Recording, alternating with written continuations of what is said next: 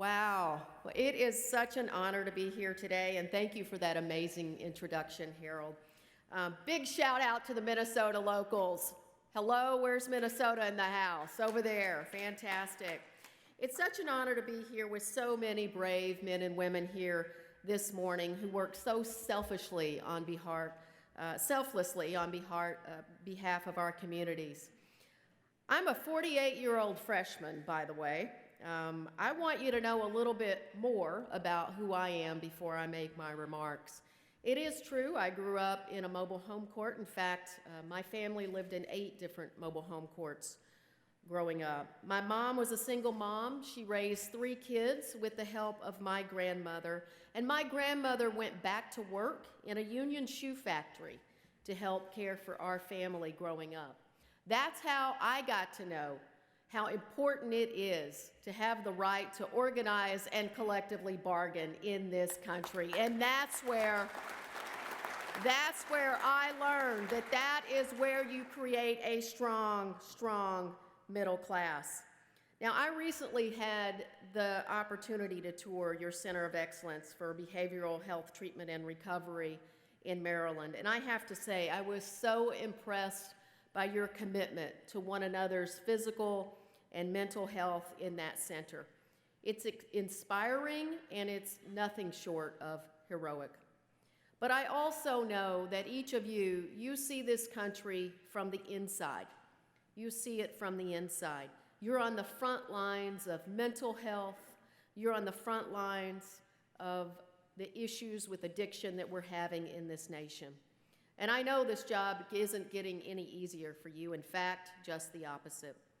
I will always fight for the resources that you need to do your jobs well. That's why I have proudly co-sponsored the Helping Emergency Responders Overcome Act, the HERO Act, aimed to provide mental health resources to combat first responder mental health. Because while you are the ones that we all rely on when emergencies arise, I want to make sure that the federal government is there if an emergency arises in your life. That's why I've advocated for safer grants to make sure that my communities have what they need to increase what you need on the front line. It's also why I'm so impressed with your Excellence Center, because in your organization, when you say to one another, it's okay to ask for help, those are more than words. You have a physical place to be welcomed and supported. Now, I've had the great pleasure to meet many of you, but this is my first time for many others. So let me tell you a little more about what I'm working on. Because as you respond to our communities, the real question is, how do we start to stem what's happening in our communities? How do we address the mental illness that is plaguing our community? How do we address the addiction issues that is turning you into the folks on the front line of these issues? How do we have enough hospital beds in our country? How do we make sure that everyone has access to the prevention and the treatment that they deserve and the health care that they deserve? These are just a few of the things that I'm working on. Now, you might not be able to tell it from my accent, but I represent Minnesota's 2nd Congressional District. It's just south of St. Paul, and I always tell everybody we all talk like this down here. But the truth is, I was raised in a rural community in Arkansas.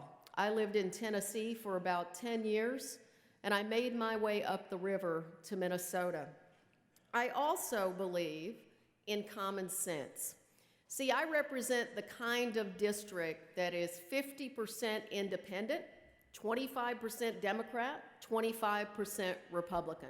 If you represent a district like that, you don't have a choice but to just use your damn common sense when you come to work every day.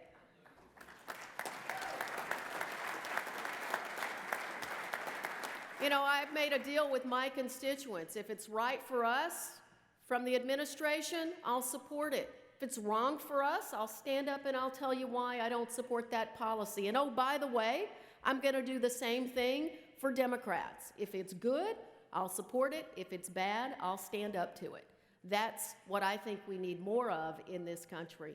And by the way, I've created a lot of great relationships as a member of Congress. One of the strongest relationships that I've been able to create is with Republican Congressman Pete Stauber of the 8th Congressional District in Minnesota.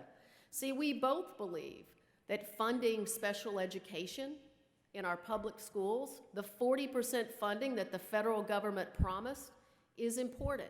See, that would free up operating dollars at the school level to be able to hire more school counselors. That would free up the opportunity for lower class sizes so that teachers might have a fighting chance to be able to manage their classrooms. See, those are the kinds of partnerships that I'm looking for. I also think we need to reform our healthcare system, but I don't believe we need to throw anything out to do it.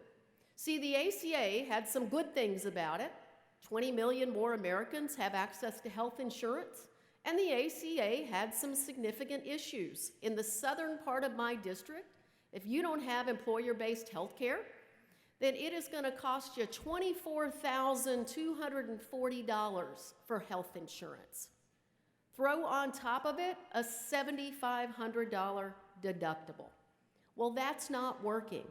And I'll be honest, I'm sick and tired of politicians on both sides of the aisle saying we need to throw out the ACA, and I'm sick and tired of we just need to throw it all out and start over. No, what we need to do is we need to put our politics aside, get in the room, and work together to fix what's wrong with it. We've got to stop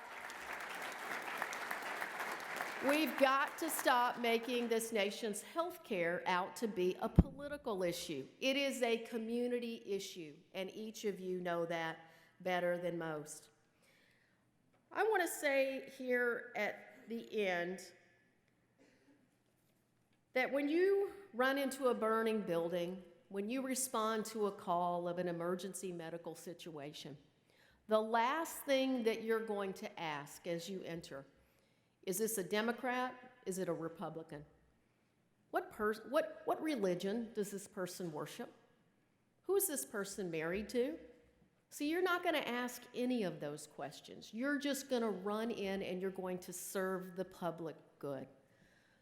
Well, I'm here to tell you today that I think it's time that Washington figures out a way to work together, because we have a responsibility to serve the public good in this country. And you better bet, as long as I'm here, I will fight for the firefighters, I will fight for our unions, for the right to organize and collectively bargain, and try to solve the problems that you see on the front line every day in our communities. It is such an honor to represent Minnesota. It's an honor to represent you. Thank you so much. Thank you so much. Powerful.